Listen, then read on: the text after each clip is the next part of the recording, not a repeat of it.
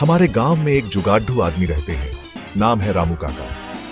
रामू काका के पास एक पुरानी बैलगाड़ी थी। एक दिन पता नहीं काका के दिमाग में क्या आया, उन्होंने अपनी बैलगाड़ी को ही स्मार्ट बना डाला।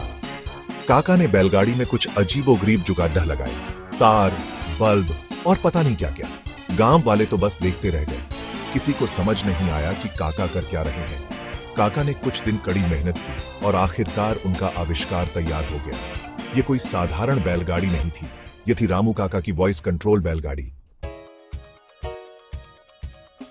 अब काका को बैलगाड़ी चलाने के लिए हाथ पाही नहीं पड़ती थी। बस एक आवाज लगाओ, चल हट्टे, और बैलगाड़ी चल पड़ती।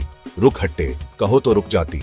गांव वाले तो पहले तो यकीन ही नहीं कर रहे थे। सब सोच रहे थे कि काका ने कोई जादू कर दिया है, लेकिन जब अपनी आंखों से देखा तो बस देखते ही रह गए। बच्चे तो खुशी से उछल पड़े। उन्होंने पहले कभी ऐसी बैलगाड़ी नहीं देखी थी। रामू काका की बैलगाड़ी अब गांव का सबसे बड़ा आकर्षण बन गई थी। रामू काका की इस नई बैलगाड़ी ने गांव में हंसी का तूफान ला दिया। एक बार तो ऐसा हुआ कि काका बैलगाड़ी पर बैठे थे और किसी ने पीछे से आवाज लगाई, चल हट्टे। बैलगाड़ी तो चल पड़ी, लेकिन काका धड़ाम से नीचे गिर गए। पूरा गांव ठहाका मारकर हंस पड़ा।